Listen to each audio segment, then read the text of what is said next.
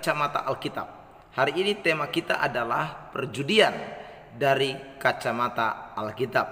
Saudara, Anda tidak perlu buang-buang waktu untuk mencari tahu apakah ada kata judi di dalam Alkitab, karena sudah pasti tidak akan Anda ketemukan. Tapi itu tidak berarti bahwa kemudian perjudian itu dihalalkan di dalam iman kekristenan.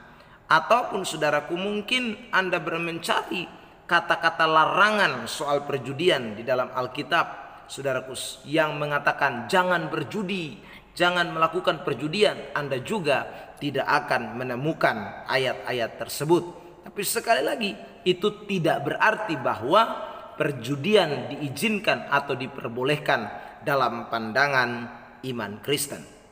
Apa definisi judi? Saudara, definisi judi adalah upaya mempertaruhkan uang atau benda apapun dalam usaha untuk melipat gandakan untuk sesuatu yang kemungkinannya sangat kecil. Karena itu saudara, apapun yang dipertaruhkan dengan satu cara atau dengan satu maksud agar pelipat gandaan itu terjadi, itu disebut dengan judi. Mengapa? Pertanyaannya, judi tidak boleh dilakukan atau dimainkan oleh orang-orang yang sudah notabene Kristen atau percaya kepada Tuhan Yesus? Saya ingin membahasnya di dalam beberapa hal penting. Yang pertama, saudara yang diberkati oleh Tuhan, kalau kita membaca di dalam kitab Keluaran pasal yang ke-20 ayat yang ke-17, di sana dikatakan dengan jelas, jangan mengingini rumah sesamamu, jangan mengingini istrinya atau hambanya laki-laki atau hambanya perempuan atau lembunya atau keledainya atau apapun yang dipunyai oleh sesamamu. Saudaraku, kata jangan mengingininya itu diulang 2 kali, dan bukan hanya ditujukan kepada rumah, istri, hamba laki-laki atau hamba perempuan atau lembu, tetapi apapun yang dipunyai sesamamu. Saudara yang diberkati oleh Tuhan Yesus Kristus, salah satu motif di dalam perjudian adalah menginginkan sesuatu yang menjadi lawan atau yang menjadi orang yang kita menjadikan dia musuh kita di dalam mempertaruhkan sesuatu. Tidak ada orang main judi dia kemudian berkata saya rela saja, yang penting kita main-main, jadi saya kasih saya punya uang, saya kasih saya punya rumah, saya kasih sesuatu buat orang yang menjadi musuh saya atau lawan saya di dalam permainan itu. Itu sesuatu yang tidak mungkin.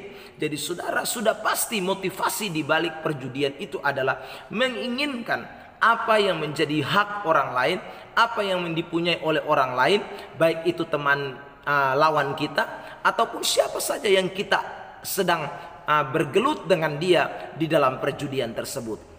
Karena itu orang Kristen tidak boleh melakukan perjudian, karena motivasi ini ada di dalamnya. Jadi jikalau orang Kristen melakukan perjudian, maka sudah otomatis dia melanggar hukum yang ke-10 di dalam 10 hukum yang kita baca dalam kitab Keluaran pasal yang ke-20. Itu alasan yang pertama. Alasan yang kedua, mengapa orang Kristen tidak boleh hidup atau melakukan yang namanya perjudian? Saudara, Alkitab memberikan catatan buat kita dalam Amsal 28 ayat yang ke-19. Siapa mengerjakan tanahnya akan kenyang dengan makanan, tetapi siapa mengejar barang yang sia-sia akan kenyang dengan kemiskinan. Perhatikan, mengerjakan tanahnya. Kata mengerjakan tanah di sini berarti untuk mendapatkan sesuatu. Orang Kristen diajar untuk melakukan pekerjaan, mengusahakan sesuatu yang halal, yang baik, yang sesuai dengan kemauan Tuhan. Saudaraku, maka orang itu pasti akan dikenyangkan, orang itu pasti akan diberkati, saudara. Tetapi perjudian, motivasi yang kedua adalah selalu ingin mengejar hal-hal, barang-barang yang sebenarnya saudaraku bukan menjadi milik kita. Bahasa kitab Amsal 28 ayat 9 adalah mengejar barang yang sia-sia. Saudara ingat definisi tadi bukan? Kemungkinan yang sangat kecil orang bermain di dalam sebuah perjudian untuk mendapatkan uang. Dan motivasi mengejar barang itulah yang menjadi kebencian atau menjadi hal yang tidak menyukakan hati Tuhan. Karena itu saudaraku, mari bekerjalah untuk mendapatkan sesuatu. Karena dengan bekerja Anda melihat hasil kerjamu dan engkau bisa menikmati hasil kerjamu. Jangan mengejar barang yang sia-sia dengan usaha perjudian atau melakukan sesuatu yang tidak berkenan kepada Tuhan. Saudara yang diberkati oleh Tuhan Yesus Kristus, yang ketiga, mengapa perjudian itu adalah sesuatu yang tidak boleh dilakukan oleh orang Kristen? Saya mau membaca ayat firman Tuhan ini. Di sini dikatakan dengan jelas bahwa, saudara, barang siapa menjadi milik Kristus Yesus, ia telah menyalibkan daging dengan segala hawa nafsu dan keinginannya. Apa kaitannya? Saudaraku, hawa nafsu itu punya arti yang lain adalah ketagihan atau sesuatu yang ingin dilakukan secara terus-menerus. Motivasi yang ketiga dari orang yang bermain judi adalah mau kalah atau menang, dia pasti ingin lagi melakukannya. Dia ingin mau melakukannya lagi, dia ingin mau melakukannya lagi. Dan itu namanya hawa nafsu, saudaraku. Itu namanya cinta kepada uang, seperti yang dikatakan juga di dalam suratan 1 Timotius pasal yang ke-6 ayat yang ke-10. Akar daripada segala kejahatan itu adalah cinta akan uang.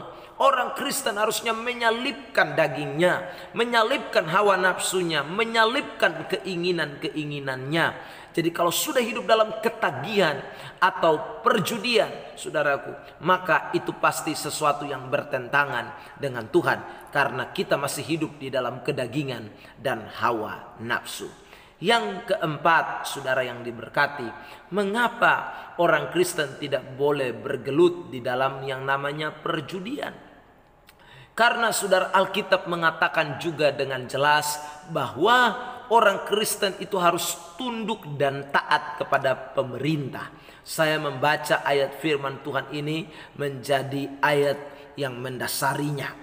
Roma 13 ayat yang kedua mengatakan, sebab itu barang siapa melawan pemerintah, ia melawan ketetapan Allah.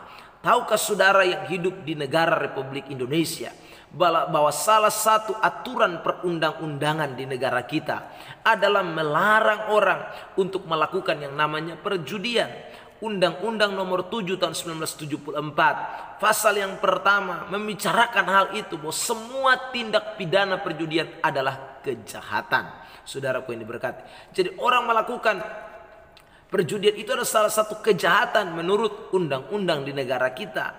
Karena itu undang-undang KUHP-nya nomor 303 juga mengatakan hal yang serupa. Dan orang Kristen seharusnya menyadari hal ini, bahwa ini adalah sebuah aturan, ini adalah sesuatu yang Tuhan inginkan untuk kita lakukan. Karena itu taatilah pemerintahmu, taatilah orang-orang yang Tuhan telah pilih. Dan salah satunya adalah dengan hidup tidak boleh di dalam perjudian. Sampai ketemu di kacamata Alkitab selanjutnya. Tuhan berkati. Shalom.